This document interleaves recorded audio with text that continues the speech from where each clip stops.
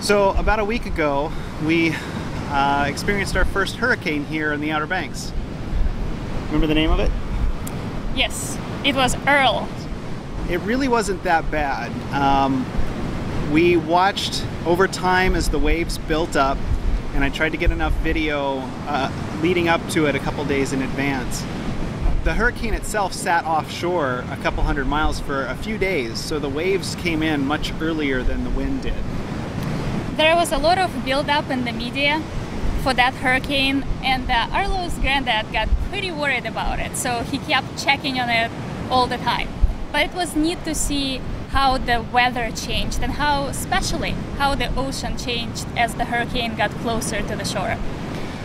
On a normal day, it's pretty calm behind us here, and in the moments or in the hours leading up to it, the ocean got very rough.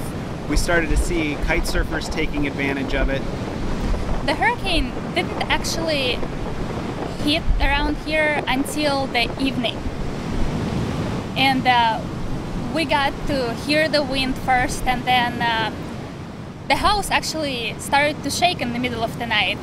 We had all the windows closed, and all of a sudden you would just feel this earthquake-like sensation, and everything shook. Because the wind was so strong, it forced the water between the seals of the window, so we had quite a few leaks going on. So there were wet stains all over. The hurricane really hit about 4 in the morning, and it shook the house so much that it woke everyone up at least a few times. Oksana and I went out on the deck and tried to shoot some video. Even though it was dark and we had a light, we couldn't see too much. There was a protected side to the porch where we could stay out of the wind, but if you stepped up in front where the north wind was blowing through, you ended up getting sandblasted. There was a lot of stuff flying through the air. We couldn't see the ocean at night, but you could tell that it was raging out there. In the morning, we got brave enough to venture out, or I should say I got brave enough to venture out. I put on my good raincoat and shorts and got all bundled up and went out to look at the ocean with my little tiny camera in the waterproof dive case because I was worried that it will get wet. And even in the morning when the hurricane was already passing us, the wind was really strong. Just walking out to the